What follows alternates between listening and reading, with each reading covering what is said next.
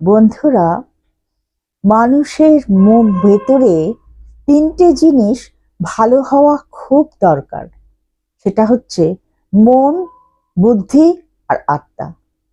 মন পবিত্র হয় সত্যের দ্বারা, বুদ্ধির পবিত্র হয় তার কর্মের দ্বারা, আর আত্মা পবিত্র হয় পূজা, অর্চনা, ধ্যান এই সমস্তের দ্বারা।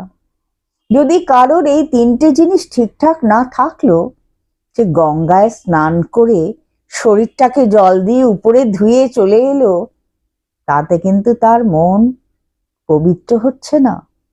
সেটা তো উপরের অংশটা, শুধুমাত্র জল দিয়ে স্নান করছে, কিন্তু তার মন ঠিক যদি না হলো, বুদ্ধি যদি ঠিক না থাকলো, আত্মা যদি ঠিক না থাকলো, তাহলে সে কি সত্যিকারের পবিত্র হলো? শরীরের ভেতর তো গঙ্গার জল যায় না, শরীরের ভেতরের পার্টস গুলো তো আলাদা।